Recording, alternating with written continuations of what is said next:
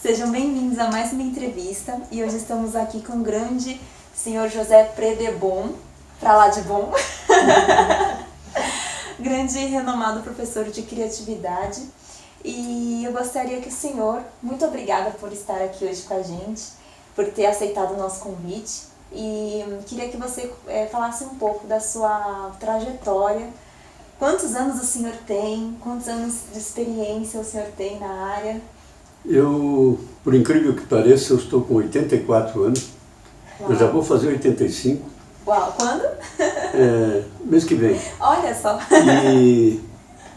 E eu mexo com criatividade desde os 27. 27. Primeiro no marketing, né? Eu fui de agência de propaganda. Sim. E em 1986 eu comecei a lecionar criatividade.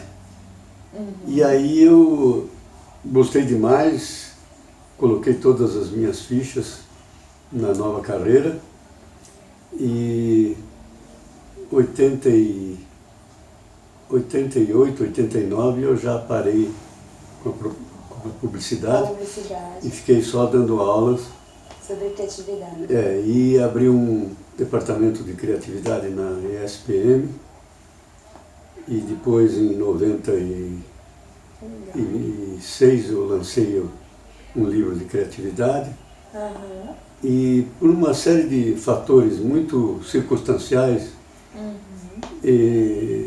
a minha abordagem deu certo e o livro se tornou, por eliminação, o mais adotado no Brasil. Aí ele está hoje na 8ª edição. Que é esse, gente? É o Criatividade Abrindo o Lado Inovador da Mente. E o nome é super fácil, né? Criatividade. Criatividade, o lado.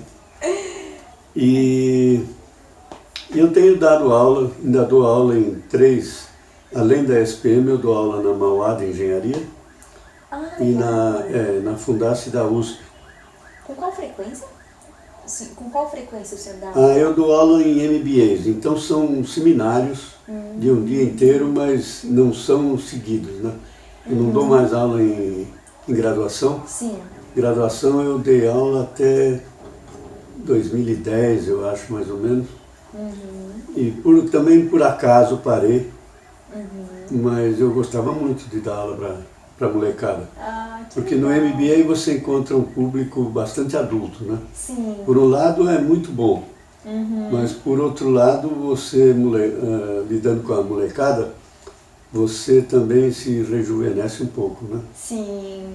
E meus cursos abertos, meus cursos de férias na ESPM tem gente de 20 a 60 anos ou mais. É aberto. É aberto, né? E nesses cursos eu ainda encontro a molecada. Que legal, um grupo bem heterogêneo. Bem heterogêneo. E qual público é mais fácil para o senhor trabalhar? Eu não acho nenhum público difícil. Cada público tem uma característica e quem gosta de um assunto, quem aborda o assunto com prazer, encontra facilidade em se adaptar à linguagem do público, né? E eu também dei palestras até no 1º grau, e agora em outubro ou novembro eu vou dar uma palestra numa escola maternal, para as mães, né? Que legal! E essa experiência com as mães eu vou replicar uma experiência que eu tive na Rádio Eldorado. Tinha um programa da Gioconda Bordon que era de entrevistas pelo telefone com ouvintes fazendo perguntas para uma pessoa. Sim. E ela me convidou para falar sobre educação com criatividade para as mães, né? Sim. Então eu fiquei lá 1h30 respondendo as perguntas das mães. Uau! E isso me deu uma experiência muito interessante, assim, acabou que eu usei depois essa experiência de várias formas, né? Estou lançando agora um livro para criança e para mãe. porque é um livro para as mães lerem historinhas para as crianças. Sim. E as historinhas com fundo de ética e criatividade. E então, respondendo, concluindo, não tem público, especial, público difícil, público fácil. Cada público tem uma característica e criatividade é um assunto muito presente na vida de todo mundo, né? Criatividade é realmente uma manifestação da individualidade. Uau. Então, por isso, faz muito sucesso. E as pessoas que se desenvolvem com criatividade, para mim, elas têm uma facilidade maior de serem mais felizes, Muito além de mais. bem-sucedidas. Né? Sim, sim. E é engraçado isso, porque as pessoas pensam que criatividade é um dom. Esse é um dos estereótipos, né, de criatividade, que as pessoas ou são criativas ou não. Ou não, exatamente. Eu não sou criativa, Não, aí já eu tira esse peso dela, né? Aproveito para falar para a sua audiência de secretárias, né? E a secretária, ela tem que usar a sua presença de espírito, que no fundo é pura criatividade. Então, Porque ela está resolvendo o problema 100%. Sempre ela está praticando o improviso e ela está usando criatividade. E eu assino embaixo de um princípio da psicologia humanista que diz que criatividade é uma característica da espécie humana. Então todo mundo nasce com um potencial criativo. Sim. E de acordo com a educação, bom, esse potencial não é igual para todo mundo. Tem gente que nasce com um potencial maior e menor. Entendi. Mas esse nível individual quase não é tão importante quanto a educação e o meio ambiente em que ela vai viver, que a pessoa vai viver. Se a pessoa tiver uma educação mais aberta, ela vai exercer mais o seu potencial criativo. Se a pessoa viver num ambiente mais repressivo, a pessoa vai exercer menos o seu potencial criativo. Mas, seja qual for a circunstância, mesmo a pessoa de idade adulta, que ela tiver um propósito de usar mais o seu potencial criativo, basta ela se dedicar a isso com alguma disciplina e ela vai encontrar uma veia criativa que ela nem sabia que ela tinha. E a criatividade é muito retroalimentadora, porque ela sempre dá muito ibope, né? E as pessoas então encorajam, a pessoa que começa a exercer a criatividade começa a ser encorajada para exercer mais ainda, né? Sim. Então é uma corrente de felicidade. Uau! Muito bom. E criatividade, eles falam muito dos mitos, né? O mito do dom, o mito do acaso, o mito do... que eles pensam que só artistas são criativos, que só... Enfim, a criatividade acontece por acaso, não é nada... mas não tem um trabalho árduo por trás disso, não é? Tem e não tem, porque isso está bem explicado neste livro. A circunstância que hoje é batizada com aleatoriedade, né? Está em moda agora. Aleatoriedade explica muito do que acontece na vida da gente. E realmente o caminho para exercer o potencial criativo passa pelo acaso. Tem até uma ciência que estuda o acaso, né? Tem um nome interessante, a serendipidade, que é muito ligada à criatividade. Porque grandes descobertas, grandes invenções nasceram de acasos. E a serendipidade é uma ciência que estuda o acaso e chega a uma conclusão muito interessante, que o acaso favorece quem está aberto ao acaso. Quer dizer, se a pessoa não acha que é favorecida pelo acaso, ela não é favorecida pelo acaso. Assim do jeito que ela pensa, né? A incredulidade parece que faz uma barreira. E a credulidade deve ser uma questão de fluidos, né? Sim. Traz o acaso. Eu sou muito beneficiado pelo acaso. Não chego a ser místico, mas eu acredito muito no meu anjo da guarda, coisas assim. Todos têm a sua crença, né? Todos têm. E aí às vezes as crenças podem ser um pouco limitantes, né? Olha, questão de crença, de religião, eu deletei do meu repertório porque você, quando vai falar com o público, você vai encontrar uma heterogeneidade muito grande. Então você, qualquer que seja a sua posição, na questão de crença você vai machucar alguém. Sim. Ou quando você diz que você tem muita religiosidade, ou quando você diz que você tem pouca religiosidade, de qualquer jeito uma parte vai ficar... Sempre vai e eu já encontrei, inclusive, gente protestando, assim, né? Você não tem direito de dizer isso. Sim. Então eu prefiro passar ao largo desse assunto. Sim. E não faz falta, viu? Não faz falta porque é um terreno não racional. E já o terreno do exercício do potencial criativo, ele é bastante racional, ele tem muito a ver com a sua realização pessoal, entende? Com a profissional e pessoal. Profissional e pessoal. E como as pessoas perguntam, como que eu faço para ser criativa? Como funciona o processo da criatividade? Assim, como que eu faço para ser mais criativa? Olha, nem precisa ler meu livro. Entra no meu site, dá uma navegada no meu site. Seu site é www.predebom.com.br. Predebom, para lá de bom. Entra no meu site e dá uma boa navegada e você vai encontrar muita coisa para depois se aprofundar. Com Predebom com N de notável, nobre. Exato, Novo, olha só. novo. A gente fala N de navio é uma coisa tão assim já batida, né? N de navio, N de novo, N de notável, N de... Cadê? Exerça a criatividade. N de não. Não. Aliás, o dizer não, às vezes, exige uma criatividade muito grande, né? O que eu gostaria muito de saber como que é esse processo do não. Esse processo do não é um processo de você ser mais autêntico do que a média.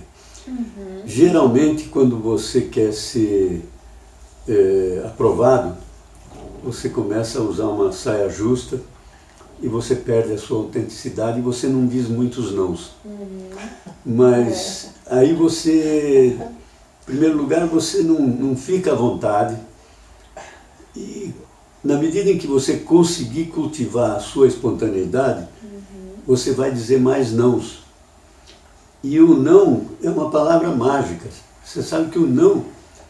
Eu encontrei um livro sobre administração do tempo que mudou minha vida. De quem? E esse livro, o título do livro, você quer o título do livro?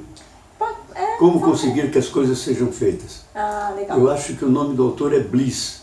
B-L-I-S-S. Mas esse livro dizia que você tinha que ter prioridades bem claras e depois você obedecia essas prioridades e começava a dizer não para aquelas coisas que não eram prioritárias para você ter tempo para se dedicar às prioritárias. Quando eu li esse livro, eu consegui escrever o meu livro. Eu sempre imaginava que eu iria escrever o livro, não encontrava tempo para me dedicar. E você achou esse livro? Eu achei esse livro, eu achei esse livro e mudou minha vida. Legal. E o dizer não também, peraí, deixa eu só terminar. Sim.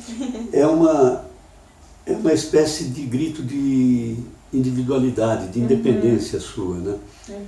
Quando você diz não para o sistema, então é uma delícia, né? Porque é libertador, não é? É libertador. E o sistema é muito opressivo, né? O sistema te anula bastante. Você tem que ter uma convivência amigável com o sistema. Você não pode ser contra o sistema porque você é deletado, né? Se você você tem que se inserir no sistema, mas você tem que ter um limite de concessão. Esse limite é importantíssimo. É um negócio que, quando eu dou aulas, eu cultivo bastante nas pessoas terem uma noção de que elas precisam fazer concessão, mas não todas as concessões que eles pedem, entende? Você tem que ter um limite. Quando você tem esse limite claro para você, você passa a se respeitar mais. E se respeitando mais, aumenta a tua autoestima aumenta a tua segurança. Sim. Então é um negócio assim, só positivo. Só positivo. A Lady Gaga, a cantora, ela falou uma frase muito interessante sobre isso. Ela falou que depois que ela começou a dizer não, ela dormiu com ela mesma. Ela passou a dormir com ela mesma. Bacana. Eu achei muito legal essa frase. Interessante, é. Que é exatamente isso que você fala. É. A gente é obrigado a dizer uns sims que machucam. Mas quando você diz um não, você empata o jogo, entende? Sim. Fica 1 a 1. 1 a 1. Cada não que você fala compensa os sims que você é obrigado a dizer. Que interessante isso. Muito legal. E voltando para a parte do processo criativo. Você falou que no seu site... Né? Existe alguma coisa sobre o processo criativo? Neste livro aqui tem bastante coisa, mas eu posso adiantar que não existe uma receita. Até existe receita, mas não funciona bem. O que funciona é você ter um nível de autoconhecimento que leve você a perceber aonde você está mais à vontade, que jeito que você cria melhor, e você então, conhecendo esse caminho mais fácil para você, que é um caminho bem individual, você aproveita esse caminho. Então tem gente que cria melhor no banheiro, tem gente que cria melhor... eu crio melhor viajando. Viajando? Viajando. Quando eu estou fora de casa, pode ser até no metrô, eu tenho mais ideias do que em casa. E que legal. É uma circunstância que eu acho que liberta o cérebro de um compromisso de procedimento regular. Quando você está em viagem, você está mais solto, né? Mais solto, exatamente. Então, para mim, funciona muito bem. Uhum. Mas tem coisas que o processo criativo, que a literatura de processo criativo ensina que são muito úteis, né? Uma delas é que você sempre se beneficia quando você deixa um processo, deixa um assunto de criatividade amadurecer um pouco dentro de você. Então quando é possível deixar para o dia seguinte, o seu inconsciente vai continuar trabalhando e no dia seguinte você vai render mais. Entende? Legal. Você deixar incubando, né? A palavra é exatamente essa, incubação, né? Incubação. Então primeiro você tem que descobrir a melhor forma que você cria. Primeiro você tem que se descobrir, né? Se descobrir. Você tem que cultivar o seu autoconhecimento.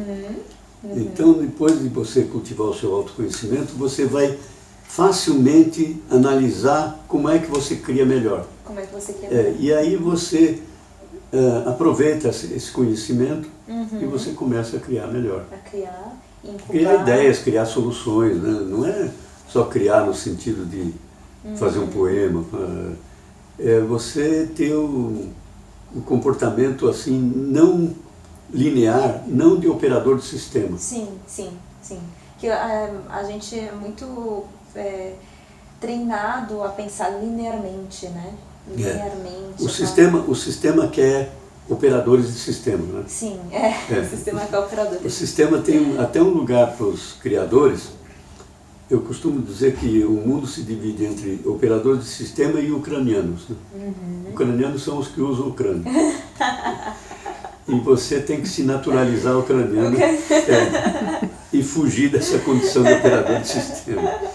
Mas mesmo como ucraniano, você vai ter que se adaptar a sistemas. Mas você nunca vai ficar limitado àquilo que o sistema te dá. Sim. Quando você é limitado, você nem erra, né? Só prestar atenção você não erra. Mas também você não tem ideias novas, né? Não você tem só se repete, né? Exatamente, você só se repete. E também tem a questão de você fazer as perguntas, né? Por exemplo, você está com um problema. Como que você é criativo diante de um problema?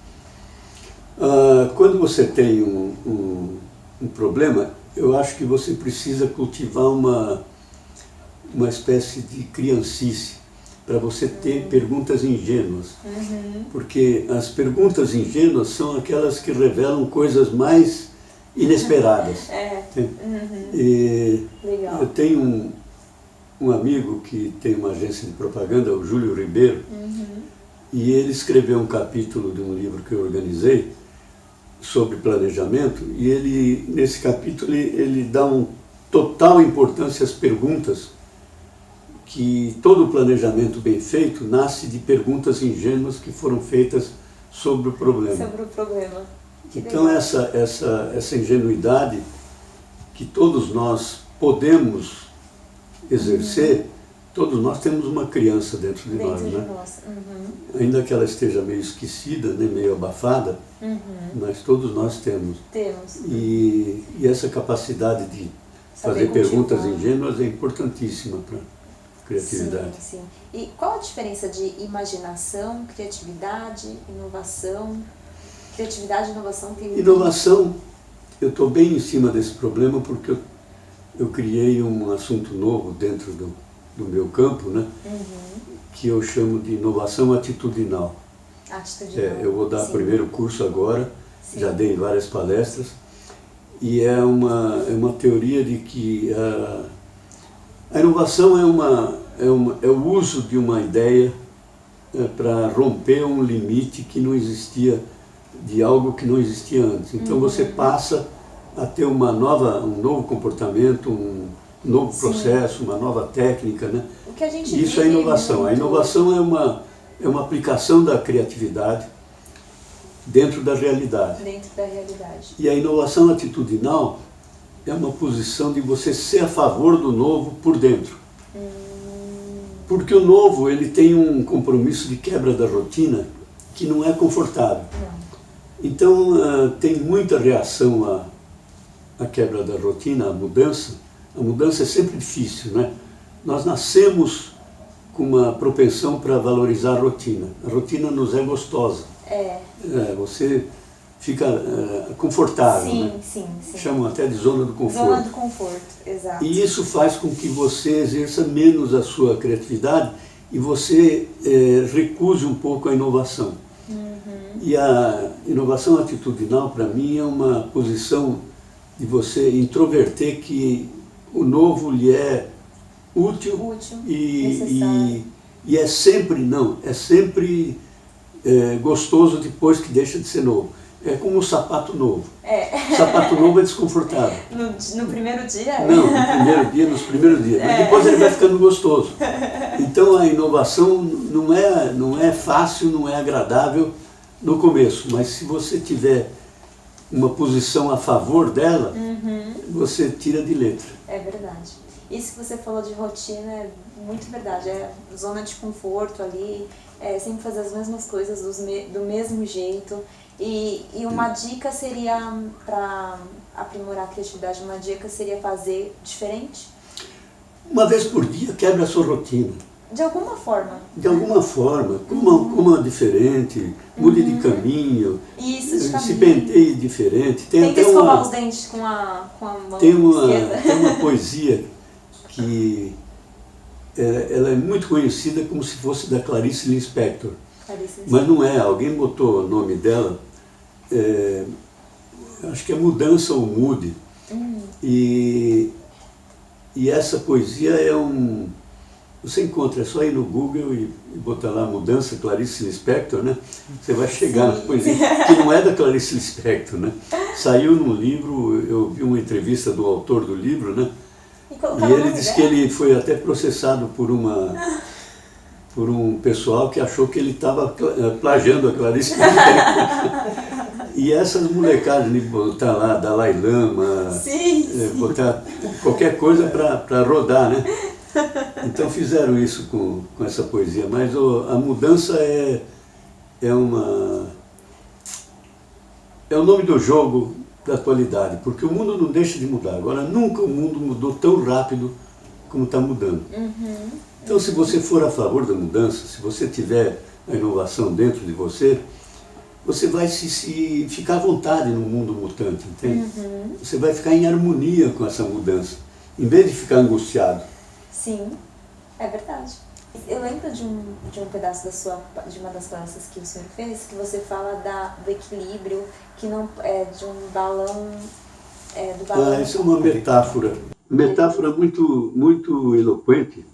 É o seguinte, a criatividade pode ser metaforizada como se fosse o balão tripulado. O balão tripulado, ele voa bem porque ele tem um equilíbrio entre o gás na parte de cima e o lastro na parte de baixo.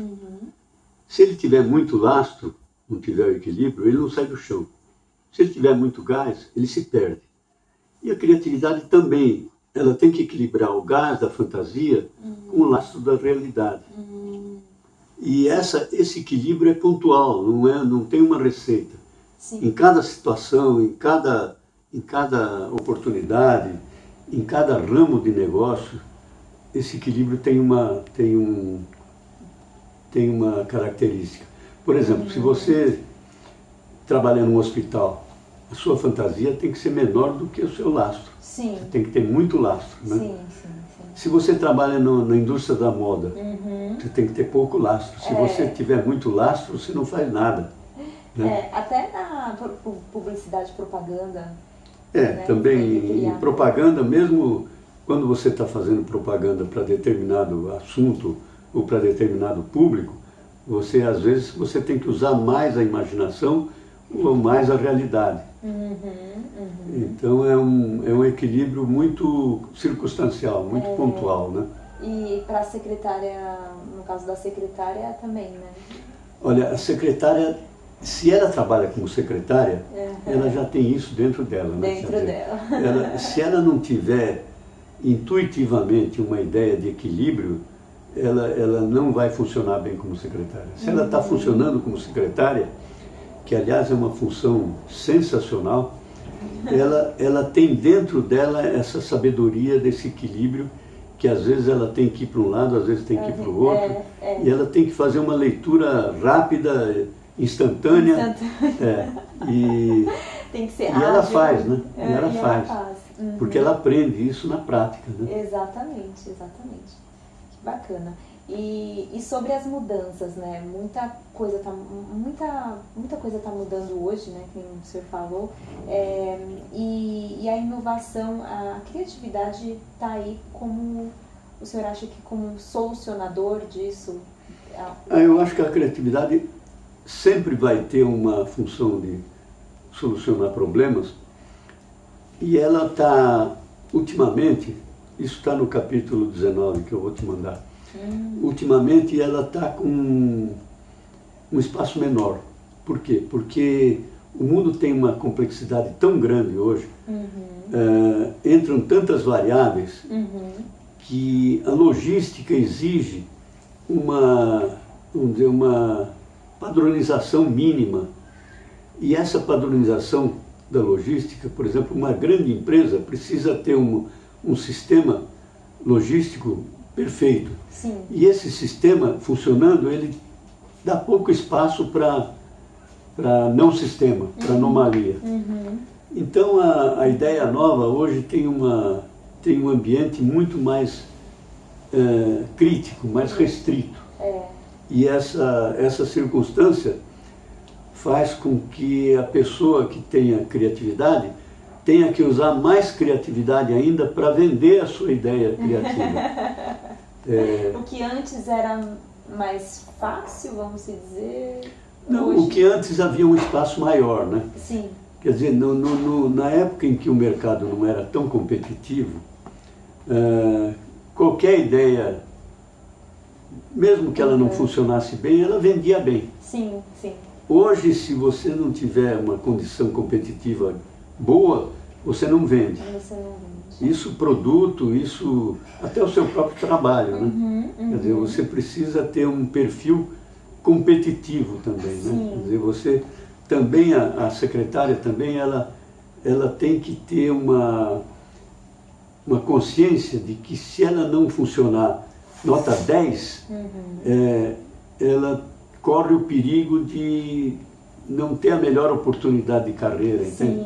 Sim. E promoções, e tudo que possa te dar mais retorno, depende de como você estiver trabalhando. Então você, estando trabalhando, vamos dizer, muito acima da média, você tem uma segurança de que a sua carreira está indo bem, vai muito bem e sempre irá bem. Você tem essa segurança. Isso é bom falar para secretárias, quando você funciona bem, você não beneficia só o âmbito do seu trabalho, você beneficia a si como profissional, que você está se tornando mais uma pessoa profissional mais valiosa ainda. Sim. Quando você trabalha direito, quando você trabalha acima do esperado, você está valorizando por dentro a você mesmo. A você mesmo. É. E você não precisa nem de reconhecimento externo para isso, né? Você mesma tem a consciência de que você é capaz sempre... Tem pessoas que têm mais necessidade de ter o retorno. E tem pessoas que nem precisam desse retorno para se sentirem bem. Sim. Eu acho que isso é um trajeto também de crescimento pessoal, viu? Sim. Você, quando não é ainda muito, não cresceu muito, você tem necessidade de que os outros digam que você está certa. Depois que você sabe das coisas, depois que você chegou lá, então você sabe que você sabe e você precisa menos do apoio, do aplauso. Menos do aplauso, exatamente. Ótimo. E qual a importância do repertório nessa... Você tendo uma cultura geral, você tem mais oportunidade de associar ideias. Então o maior repertório é enriquecedor também para você exercer o seu potencial criativo. Criatividade a gente pode falar que é combinação? É também combinação. Aliás, tem um autor, Arthur Koestler, escreveu um livro, The Art of Creation, que ele dá dois... É bem antigo, né? É muito antigo, mas é um desses livros antológicos que não perde a qualidade, entende? Ele é... Bom, o Arthur Koestler foi indicado para o Nobel várias vezes, né? Legal. Não ganhou nem uma vez, porque o pessoal do Nobel não acredita em gênios, né? Só acredita que a pessoa tem que se entender só de uma coisa. De uma coisa. E o Arthur Koestler tinha um entendimento muito grande. Que legal. E ele dá duas fontes da criatividade nesse livro. Uma é a associação de ideias e a outra é o humor. E ele dá exemplos das duas. Mas a associação de ideias, então, depende bastante do repertório. Da cultura geral, né? E a cultura geral associada a uma antena giratória.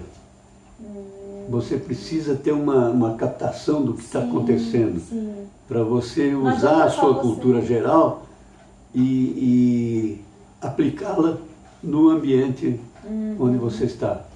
Então essa antena giratória, quase todo publicitário desenvolve, né?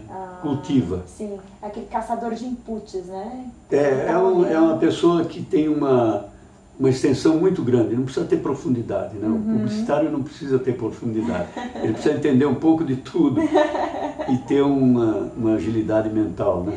Agilidade mental. Que legal.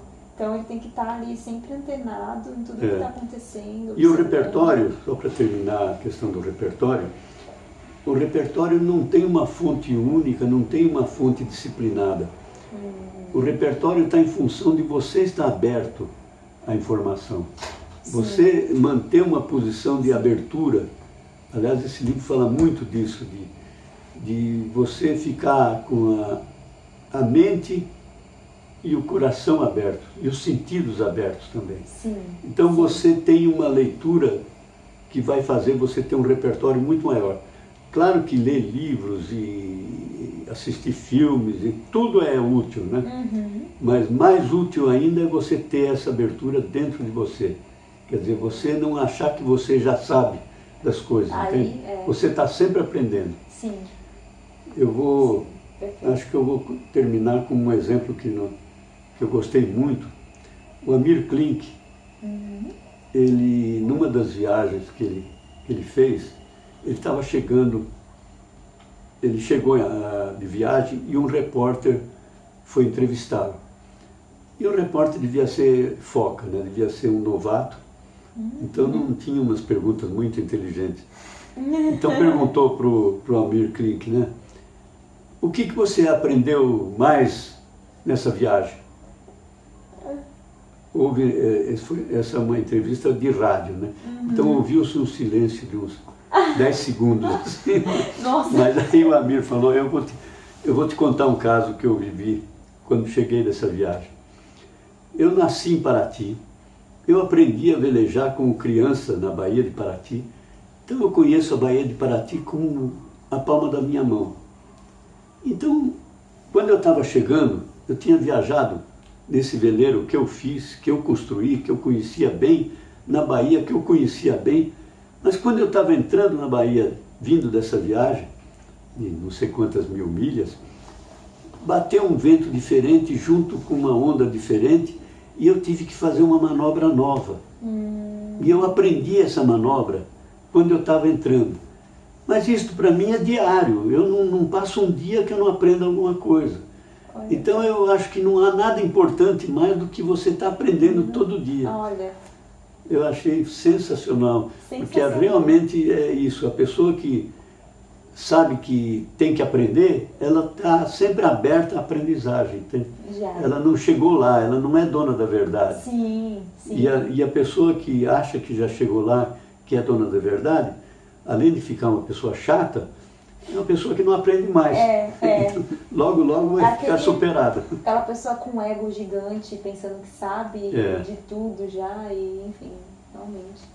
E qual é a sua última dica, assim? Porque eu sei que tem muitas mães assistindo aqui com filhos pequenos e essa é a melhor idade, vamos dizer assim, né? Da imaginação, aflorar, criatividade.